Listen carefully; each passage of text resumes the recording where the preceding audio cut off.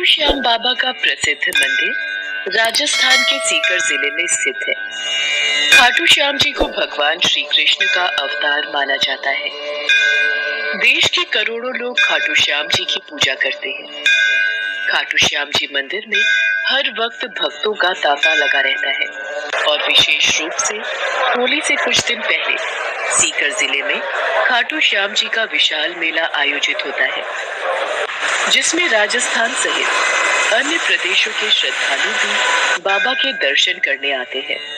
खाटू श्याम जी की कहानी महाभारत काल से शुरू होती है, जिस वक्त उनका नाम बर्बरीक था। बर्बरीक भीम का पौत्र और घटोत्कच का पुत्र था। बर्बरीक बचपन से ही बहुत वीर योद्धा था। बर्बरीक ने अपनी माँ से युद्ध कला सीखी थी। बर्बरीक देवी शक्ति का बहुत बड़ा भक्त था। एक बार बर्बरीक ने देवी शक्ति की कठोर तपस्या की।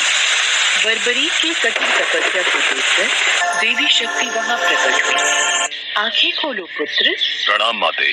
तुम्हारा कल्याण हो पुत्र। मैं तुम्हारी तपस्या से अति प्रसन्न हूँ। बोलो क्या वरदान चाहिए। माते, आपने मुझे दर्शन देकर कृतार्थ कर दिया। अब तो बस एक ही अभिलाषा है कि आपका आशीर्वाद सदैव मुझ पर बना रहे और मैं अपना संपूर्ण जीवन दीन दुखियों की सहायता में व्यतीत कर सकूं। तथास्तु, तुम सदा दुर्बलों का सहारा बनोगे। मैं तुम्हें ऐसी शक्ति प्रदान करूंगी जो तीनों लोकों में किसी के पास भी नहीं है। पर ज्ञात रहे पुत्र, तुम्हें इन शक्तियों का दुरुपयोग नहीं करना। भगवती शक्ति ने बर्बरीक को 3 दिव्य बाण वरदान स्वरूप दिए। वो बाण अपने लक्ष्य को भेद कर वापस लौट आते थे। इसी वजह से बर्बरीक अजेय हो गया। बर्बरीक अपनी माता के पास पहुंचा और देवी शक्ति के दिए वरदानों के बारे में बताया। माँ, मैं भी कौरव और पांडव के युद्ध में जाना चाहता हूँ। मेरी युद्ध में जाने की बहुत इच्छा है। पुत्र बर्बरीक, मैं जानती हूँ तुम एक महान योद्धा हो, इसलिए मैं तुम्हें रोकूंगी नहीं, पर मुझे वचन दो कि तुम हारे का सहारा बनोगे। तुम युद्ध में हारने वाले की तरफ से लड़ोगे। मैं आपको वचन देता हूँ, मैं हारने वाले की ओर से ही युद्ध करूंगा। अपनी माँ को वचन देकर बर्बरीक नील घोड़े पर सवार होकर 3 बाण लेकर रवाना हो गया। भगवान कृष्ण तो अंतर्यामी है, वो ये सब लीला होते देख रहे थे। भगवान कृष्ण जानते थे कि बर्बरीक केवल हार रही सेना की तरफ से लड़ेगा, और वो ये भी जानते थे कि कौरवों को भी बर्बरीक के इस वचन के बारे में पता है। बर्बरीक कौरवों का सहयोग कर पांडवों का विनाश कर देगा। इस प्रकार जब वो कौरवों की तरफ से लड़ेगा तो पांडवों की लड़ रही सेना कमजोर हो जाएगी। उसके बाद वो पांडवों की सेना में चला जाएगा। इस तरह वो दोनों सेनाओं में घूमता रहेगा। श्री कृष्ण को पता था अगर बर्बरीक इस युद्ध में शामिल हुआ तो कोई भी सेना नहीं जीत पाएगी और अंत में कौरव पांडव दोनों का विनाश हो जाएगा और केवल बर्बरीक शेष रह जाएगा। इसलिए रास्ते में ही श्री कृष्ण ने ब्राह्मण का वेश धारण कर बर्बरीक को रोका।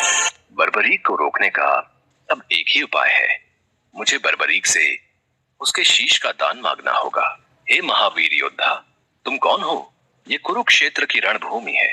तुम कौरवों और पांडवों के युद्ध में क्या कर रहे हो? हे ब्राह्मण देव, मैं घटोत्कच का पुत्र बर्बरीक हूँ। मेरा प्रणाम स्वीकार कीजिए। मैं महाभारत के युद्ध में सम्मिलित होने आया हूँ। ऐसा कैसे हो सकता है? तुम मात्र 3 बाण से युद्ध में सम्मिलित होने जा रहे हो? ब्राह्मण देव, ये बाण कोई साधारण बाण नहीं है। इनमें से मात्र एक बाण भी शत्रु सेना को परास्त करने के लिए पर्याप्त है, और ऐसा करने के बाद बाण वापस तरकश में ही लौट आएगा। अच्छा, तो फिर इस पीपल के पेड़ के सभी पत्रों को छेद कर दिखलाओ। बस इतनी सी बात ब्राह्मण देव। बर्बरीक ने ब्राह्मण रूपी श्री कृष्ण की चुनौती स्वीकार कर ली और ईश्वर को स्मरण कर पेड़ के पत्तों की ओर बाण चलाया। बाण ने क्षण भर में पेड़ के सभी पत्तों को भेद दिया और श्री कृष्ण के पैरों के इर्द गिर्द चक्कर लगाने लगा, क्योंकि एक पत्ता उन्होंने अपने पैर के नीचे छुपा लिया था। ब्राह्मण राज, अपना पैर यहाँ से हटा लीजिए, वरना ये तीर आपके पैर को भेद देगा। ये तीर बिना लक्ष्य पूरा किए वापस तरकश में नहीं लौटते। बर्बरीक के तीर अचूक हैं, लेकिन अपने निशाने के बारे में खुद बर्बरीक को भी पता नहीं रहता है। असली रणभूमि में अगर मैं सभी पांडव भाइयों को अलग अलग कहीं छिपा भी दूंगा ताकि वो बर्बरीक का शिकार होने से बच जाएं, तब भी बर्बरीक के तीरों से कोई नहीं बच पाएगा। इन अचूक तीरों से कोई नहीं बच सकता है। हे वीर योद्धा, मैं तुम्हारे साहस की सराहना करता हूँ। मैं तुमसे दान स्वरूप कुछ मांगना चाहता हूँ। ब्राह्मण महाराज, यदि मेरे वश में होगा तो मैं आपकी इच्छा स्वरूप दान की अभिलाषा जरूर पूर्ण करूंगा। मैं वचन देता हूँ, आप मुझसे दान में जो भी मांगेंगे मैं आपको मना नहीं करूंगा। मुझे तुम्हारा शीश दान चाहिए, क्या तुम ऐसा कर सकते हो? आप कौन हैं? मुझे अपना परिचय दीजिए। आप मुझे ब्राह्मण नहीं दिखाई देते, कृपया करके मुझे अपने वास्तविक रूप से अवगत कीजिए। बर्बरीक की प्रार्थना करने पर भगवान कृष्ण अपने रूप में आ जाते हैं। बर्बरीक उन्हें प्रणाम करता है। वासुदेव कृष्ण, आप स्वयं मेरे शीश दान की अभिलाषा हेतु आए हैं।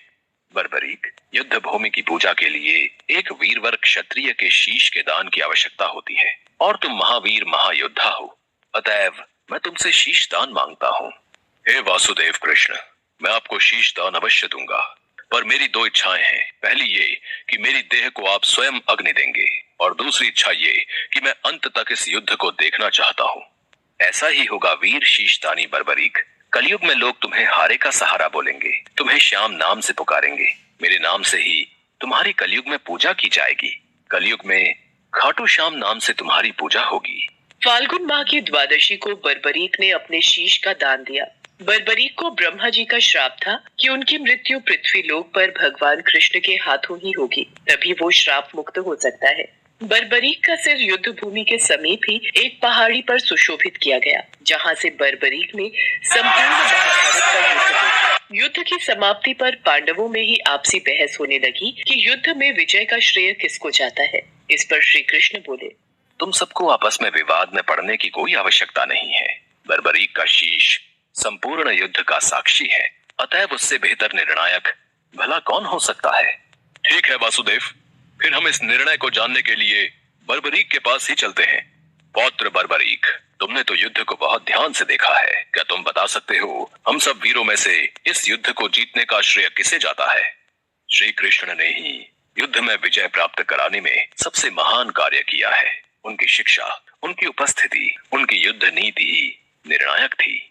मुझे तो युद्ध भूमि में सिर्फ वासुदेव कृष्ण का सुदर्शन चक्र घूमता हुआ दिखाई दे रहा था, जो कि शत्रु सेना को काट रहा था। इस धर्म युद्ध को जीतने का संपूर्ण श्रेय भगवान श्री कृष्ण को ही जाता है। वीर बर्बरीक, तुम धन्य हो, तुमने बिल्कुल सही निष्कर्ष दिया। इसके पश्चात सभी पांडव बर्बरीक के निर्णय की सराहना करते हैं और भगवान कृष्ण से क्षमा मांगते हैं, क्योंकि वो जानते थे यदि स्वयं वासुदेव न होते तो ये धर्म युद्ध जीतना असंभव था। धर्म की विजय स्वयं वासुदेव कृष्ण के कारण ही हुई थी। भगवान कृष्ण के आशीर्वाद से बर्बरीक को कलयुग में श्याम नाम से पुकारा जाने लगा।